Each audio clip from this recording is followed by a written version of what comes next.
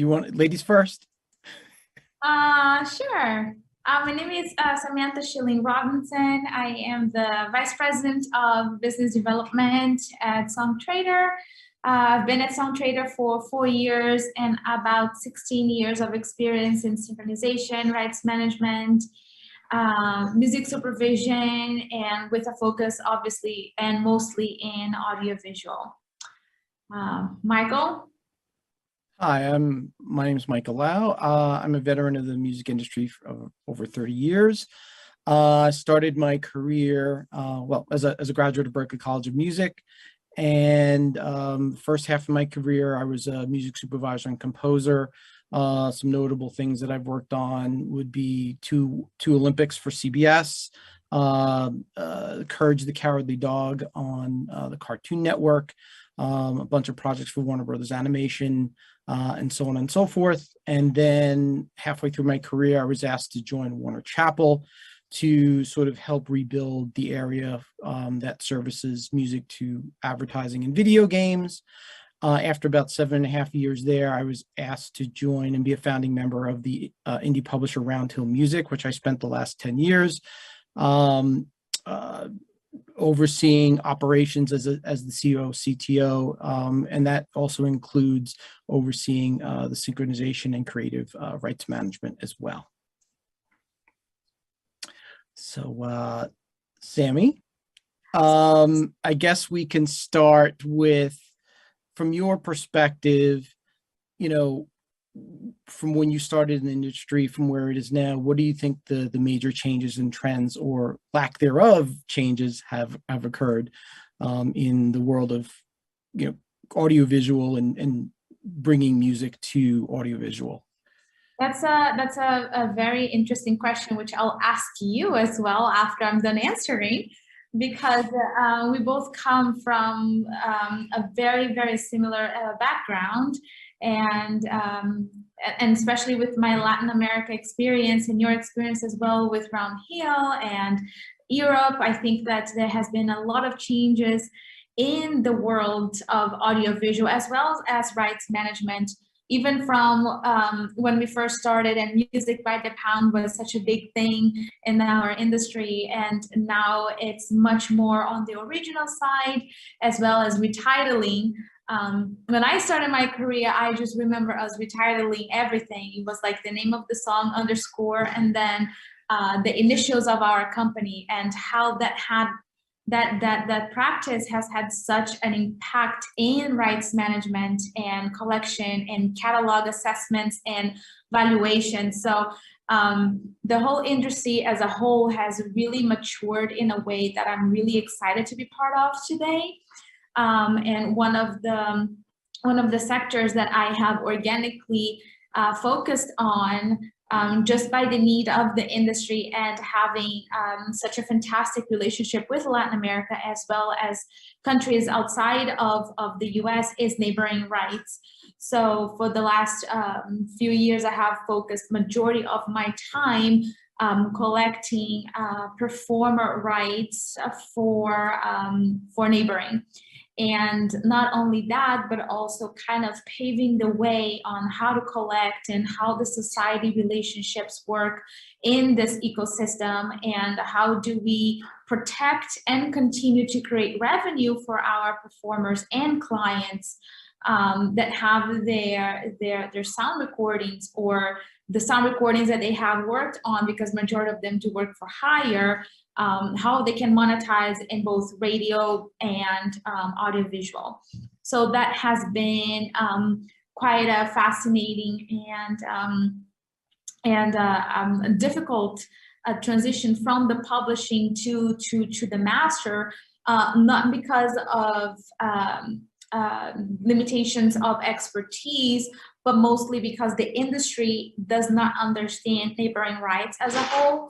There's still a lot of misunderstanding from the publishing side, and how that does not affect the master side as well as the performer against the writer.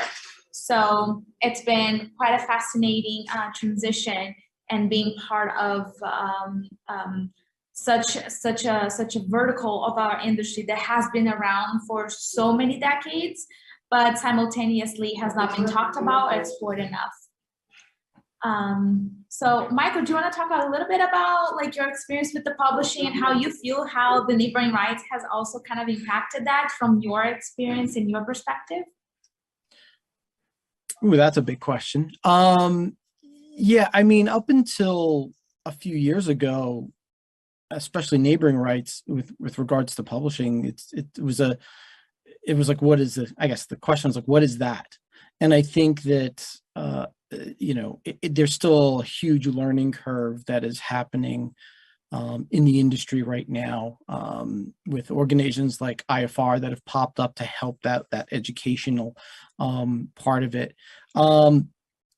Yeah, I mean, I think the music publishing area has evolved in a great deal, where traditionally music publishers only dealt with the composition, but now, as if you check the news every day, some publishing companies buying a label or acquiring the neighboring rights of an artist and so on, and because you know, music publishers are trying to expand their, not only their market share, but their level of access to different rights. They're to truly become more rights management than to sort of be segmented. And a lot of times, you know, if you can buy a recorded asset to a song that you may have a piece of, or hopefully 100% of, you just have a greater piece of the pie. You can leverage those assets, whether you are seeking investment and or down the road an exit strategy to sell to a larger company. And that also couples into the neighboring rights, because it's just more of a, you know, there's a term of like, you know, like collecting 360 degrees, where you sort of collect all of the gamuts, and the more things that you can, more rights that you can bundle together, or as what we say is, you know, the bundle of rights, the more valuable your company becomes. And that also transitions into, or translates, I should say, into how you can license those rights to audiovisual works. Because if you can say, hey, we can quote you and we can license all of these segments, it just makes the users of those musics, the music supervisors and so on, makes their job a lot easier. And ultimately is, as Sammy, you and I always agree on, it's like, that's our job, is to make the people who need to use and license music, their jobs easier. Absolutely. And just from the publishing side, because you and I talk about this again all the time, do you also feel like when we're talking about the neighboring rights side of the business, there's kind of like this fear of moving forward? Because we've dealt with it a lot as we were, you know, educating the industry and educating performers and artists on how to collect as well as what they were entitled to. There's this massive fear that at least I felt on my end, that people get advances on the publishing side. So that's a very common practice in our industry, to get these advances. And of course, over the years with synchronization and radio plays, you kind of pay that back to either the publisher or the CMO/PRO. But do you feel like on the publishing side, there's still this little fear of the unknown in neighboring rights? Or do you feel that the industry is a lot more receptive to it right now? I think up until recently, there was more of a fear of understanding, and as you and I both know, in certain countries, there are sort of limitations on who can collect, even though you might transfer your rights to, and there are tax implications, and again, it's the way each territory may, you know, say how you can sell or someone can acquire your rights. But nowadays, I think, you know, for the bigger players, there's a lot more understanding. There's a lot more risk. I think more and more companies are, like you said, like similar to publishing, are looking to give advances towards those neighboring rights for X amount of years and so on and so forth. So it's getting better every day. Yeah, I mean, even for the publishing side, obviously that is a practice in our industry, that as soon as the catalog has traction, then there's an advance that comes at play. Obviously that for us right now, it's a little bit hard to see that revenue, to see that back end, that the historical data that allows for calculations and valuations to be made on the catalog. And I know that you've done this a ton at Round Hill as well, where you guys were constantly acquiring and looking into catalogs for either acquisition or for advances. For at least the neighboring rights perspective, I mean, there's still like a lot of that data missing. And from your perspective on the publishing side and being exposed to the neighboring rights as well, do you feel like on the audiovisual, on the synchronization, especially that not every single country recognize audiovisual for neighboring rights, as well as recognize performers that were born in the US because of the Rome Convention? How do you see the advanced language or the advanced world kind of playing out in the world of publishing against neighboring rights, or if you feel like advances now might come as a whole where, you know, it's covering both, not just the publishing, but also the master? And also keeping in mind that on the performer side, the performer has to collect that directly or through an agency. So the label might not necessarily have access to that income. So do you feel like we might change kind of the behavior of advances in the rights management world? Absolutely. Absolutely. Again, you know, especially music publishers are looking now more to grab as many of those rights that they can manage as possible, especially when this is what I'm about to say is kind of crosses over into the lack of data and the sort of evolution of that stuff. And, you know, with a lot of the platforms these days, whether it be, you know, Music Connect or the number of the other platforms right now, they're escaping me right now, where you can actually see what the DSPs, what's streaming, and you can go back many years, and even to the social media platforms. It's a lot easier to not only determine what the valuation of a publishing catalog is, but what the valuation of what an artist's respective neighboring rights are. So obviously it's a lot more difficult when you're looking at a new artist and or a new songwriter. Hopefully they're one and the same, because they may not have a track record. But if you're talking about a catalog that has been around for 10, 20, 30 years, and you have the ability to sort of, you know, they have in certain territories, they can reclaim their rights, especially here in the US after 35 years, based on some changes in the laws around 1978. They have another bite of the apple, so they can actually do another subsequent deal with their rights. And a lot of times the publishers are now asking, okay, what else do you have? Oh, you are, you know, said artist as well. Can we, you know, we'll pay you in advance, or we'll, you know, or if we're going to pay you X amounts of millions of dollars for your catalog, we can do the same for your neighboring rights as well. So absolutely. And the changes going on right now, every single company is doing that. That's what they're looking for. They're looking to grab as many of those rights in order to manage them. And again, to your point, which I was saying a couple of minutes ago, you know, that they have to pay the artist, or they have to pay an agency. You know, the companies are working really hard with the various different, you know, experts in this area to try to work around and come up with solutions to that. So those rights can be secure when they do that. Yeah, that is definitely a change that we have seen at not only Songtradr, but as a whole, and watching the whole, the universe of rights management really, really embracing neighboring rights, while simultaneously, because of what we recognize and don't recognize in the US, this huge confusion as to what can and cannot be done outside of the US as well as in the world. As you guys know, I'm here in São Paulo, and one of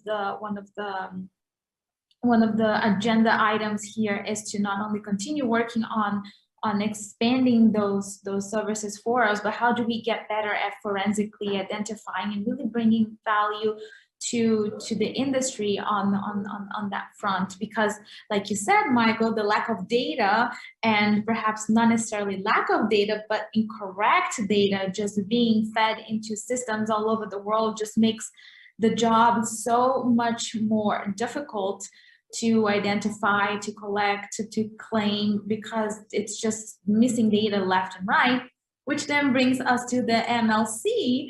And I'd love for us to touch a little bit on what is the MLC and what is its role in the US, and how does that impact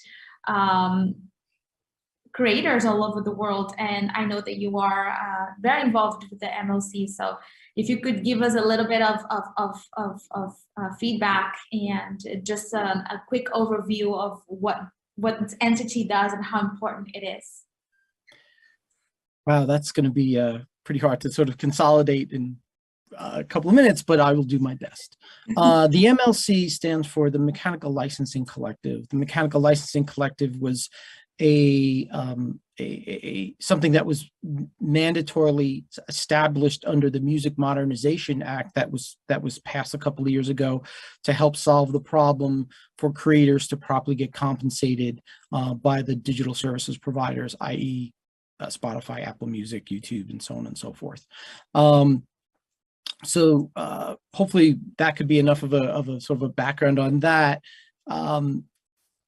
My involvement is I have been a founding member of the Operations Committee. There are a number of committees that were mandated by the Music Modernization Act to handle certain aspects of solving this problem. The Operations Committee was more about data and how things, quote unquote, should operate. There's another one with unclaimed and uncollected, and then another one is all for dispute. So it's really the structure of it has been really well sort of thought out and put together. What I can say about, how does mechanical licenses or licensing information relate to the creators and licensing of rights? Well, is Sammy, you and I both know that the completeness and the correctness of information, of song information, is very lacking in the world. And even the performing rights organizations or the collective management organizations around there really are struggling with that as well.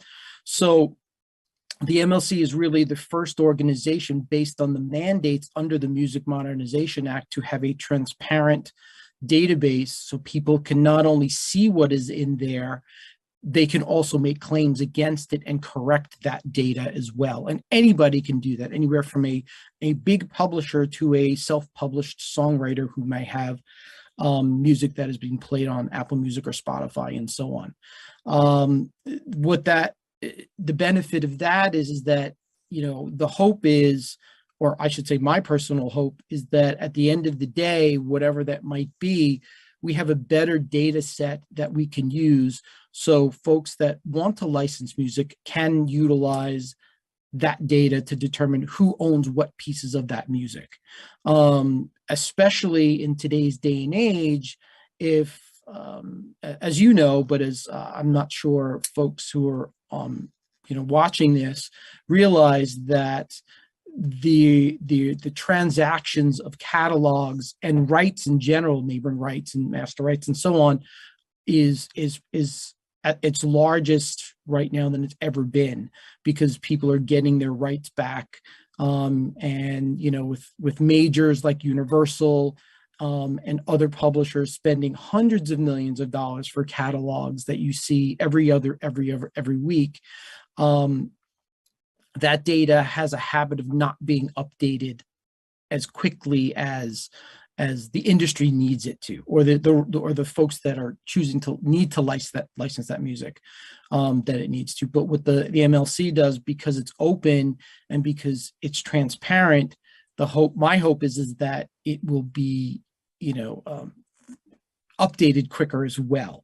And also the benefit of that database that is being sort of pruned and updated and corrected is that other platforms, technology platforms, other PROs and CMOs as well can utilize that data as hopefully like a foundation of like, oh, okay, this is where our discrepancies are. We can fix it. And or other music platforms can also build products on top of that, and to help the creators of audiovisual works have better ease of use in a more efficient way to license music, to find music, some similar things that's happening at SongTrader as well. Hopefully that was succinct enough. Well, it's funny because you touched in audiovisual, and I think audiovisual is one of the reasons that, you know, we see so much traction and success in rights management. And I was just having a meeting before I got here, and one of the music supervisors was just saying how it took them 6 months to get a song cleared because the label who had the sound recording did not know that they actually had lost it to a sale 10 years ago, and they were scrambling trying to figure out how to get approvals, and it turns out that they didn't even have the correct data themselves, and they were not able to guide the music supervisors into how do you even license this track, which is about to go into a sync. So the music supervisor had to really dig in, and it took them 6 months to figure out who owned the sound recording because the data was broken. So it's exciting to hear that we're going to be able to have a system that not only will allow for better data that can be used worldwide, but simultaneously allow the publishers as well as the labels to fix it as they go. Now, is there a criteria for that data to be updated? Because if you think about it, then if anyone can change, then again, the problem is not solved. We create another issue. So is there a criteria of who can update the data, or how does it work? Yes. Yeah, there's a series of, and I don't know the actual specifics, but there is a series of validation steps. There's a whole team that makes sure that if someone is claiming a share of a song or wants to update something, the team at the MLC does go through its rigorous steps of validating and determining, is this the proper rights holder? So yeah, no, it's a very important question that you asked. But yeah, not anybody can just update it as well. Let me ask you something. Obviously the whole point of putting music in audiovisual works is for everybody to make money. The creators to license music, and that will subsequently result in earning income for those people that are creating that product. But at the end of the day, the rights holders and the creators of the music that's being licensed. So, tell me about your experience with, how the cue sheets are important to this process. I'll just leave it at that. I'll just let you talk about that. Okay, do we have an hour minimum? Cue sheets are extremely important, if not the heart that pumps the blood into our beautiful back-end industry. At the end of the day, this is a topic that even I have been discussing a lot with our clients here in São Paulo, is who's responsible for the cue sheet, who's responsible for grabbing that data after synchronization, because there's an entire process up to the point where you receive that money on the back end, which is obviously the synchronization, the licensing, and then after you license, you have to create a cue sheet or get the cue sheet so the CMO or the PRO has that data to properly match the audiovisual to the works that were used, so they can then generate back end. And a lot of times the information either doesn't get put in on a cue sheet, or the information goes to the cue sheet incorrectly, which is the issue of neighboring rights. Because neighboring rights uses a code called ISRC, where the publishing uses a code called ISWC, and the cue sheet is standardized by SUSAC. And currently there is no fields for you to add the master data. So when a song gets synchronized, while you do get the ISWC identifying the composition, it's missing the ISWC to identify the master. So a lot of times that gets retitled or simply does not get matched to the audiovisual, which then does not generate revenue and just falls into what we know as a black box. So cue sheets are extremely important. They're the heart and soul of the back end, and that's how everything starts, gets reported to the CMO, and then generates what we know as royalties. So there's a lot of conversations around the cue sheet and how important and how standardized that is on the publishing side. But then when you look at the neighboring rights side, it's missing the master data. So for the CMOs that do recognize neighboring rights as well as neighboring rights in audiovisual, that entire ecosystem is missing of data that then allows the CMOs to identify in a more proactive way, instead of the agencies like SongTrader having to mine that data and try to manually figure out what matches to what, so then we can issue the ISRC and then collect on behalf of the label. So long story short, cue sheets are the heart of the beginning of the rights management world, and everything that we need to make sure and ensure that happens in order to bring value to the back end. Right. So we both agree that historically there really has not been synergy between, let's say, publishing and label information with regards to cue sheets, because historically, at least here in the US, there's no performing right on the master recording, so there really didn't need to be any of that information. And there really is, I think even till today around this world, there's still lack of forethought in, hey, if we do this, everybody can get paid. And again, which directly ties into neighboring rights, because if we all can come together and create synergy between both sides, it will be everybody will get paid, versus like the amount of, new companies and teams trying to set up, like you said, try to identify and match. If we can start from as close of perfection as possible, hopefully we could get paid. And like you and I, talk about this more often than we should.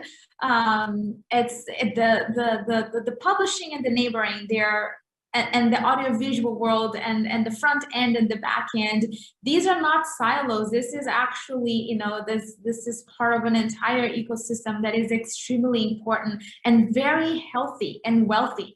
So these are not, we're not looking at silos on the publishing side and on the silo on the neighboring right side. This is like this is two sides of the same coin, and the coin being the audiovisual, and then you have each side the publishing, and then the neighboring, and then you have the currency, which is the synchronization.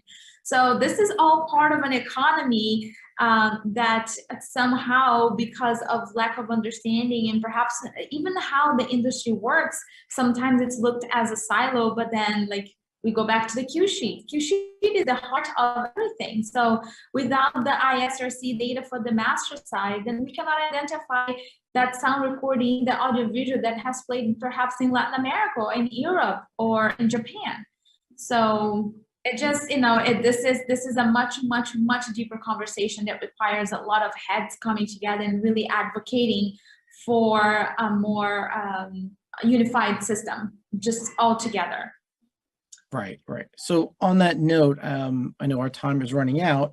One last question for you with this topic, this really big topic. What are what are a couple of takeaways that we can convey to the folks that are watching this about how things can be improved with, again, properly licensing, to properly, the folks that are creating this music can properly be, paid? It's words of advice. Words of advice, and I've been giving that a lot here in São Paulo this week. And it's funny because what I say here would be a different advice that I give in the US. But I think that overall is we have a body of professionals called music supervisors, and they are extremely important in this process because they do all of this due diligence. And obviously that we have the gaps, like we talked about the cue sheet, we talked about the gaps within the data being correct. But since this is an audiovisual conversation, I think that, really relying on the music supervisor and relying on submitting them the correct data, especially when you're looking at synchronization, they will be your best friend when it comes to ensuring that that specific composition and that sound recording is fully cleared. They have 100% of the data, which in some countries doesn't even add up to 100%, but that's a complete story for a different time. They will be able to at least ensure that that pie is whole and it's not missing pieces or missing flour, to be able to synchronize it properly and then submit the data correctly to the broadcasters, which then you get a copy of that cue sheet, and you yourself can, with your agency or your publisher, basically send that data to the PROs as well, to ensure that everything falls into the correct pool for collection. So without getting too much, detail on what is a music supervisor and what they do, with the understanding that we know their function, which is to supervise the use of just composition in the audiovisual, whether that be original or a synchronization, working with people that understand the importance and the step of each way, like I said, of the coin and of the economy. I think that we are truly able to work in a more efficient way. But having said that, let me throw the question back to you and let me know what you think and what that would look like in your world. Yeah, I agree with everything that you say. And thankfully there are a number of platforms that have popped up, one of them being BMAT, which actually can assist in identifying so everybody gets paid and where the gaps are and so on and so forth. And I think we can't rely on them 100%, but I think we're at a very interesting nexus in the industry where these platforms are popping up to help us collect and identify, and not only that, but it also helps to sort of reinforce the deficits. So even though it is a help we can sort of collect the stuff that might have slipped through the cracks, it also is blatant that, hey, we have a problem in our current system, so how do we fix that? I think that I think people need to be willing to communicate. People need to take time to properly say and be mindful of, from the bookend of the process, the soup to nuts process. Look, if we take the time to get it right here, we won't have to waste our time at the very end and get called from someone you've licensed music from and say, hey, I never got my performance or my neighboring rights royalties. And it's like I have the saying that if it takes an extra 5 minutes to do something at the top, do it, because it could save you hours on the back end when it rears its ugly head. But yeah, other than that, on the same page with you. It's cool. I think this has been a great conversation, Sammy, and always a pleasure to talk with you, and great to speak to you folks. And hopefully this was not only educational, but hopefully a little entertaining as well. Yeah, absolutely. Well, thank you, Michael, so much for joining. And I agree with you. I just hope that this really just opens the floor for more conversations and more questions, because obviously we didn't even scratch the surface here. We didn't even get close to the surface. But I think that, as long as we're starting the conversation and we're really, coming together as a community that cares, I think that's where the changes can come for the better. And it takes a village, and we are a village, and we can do this.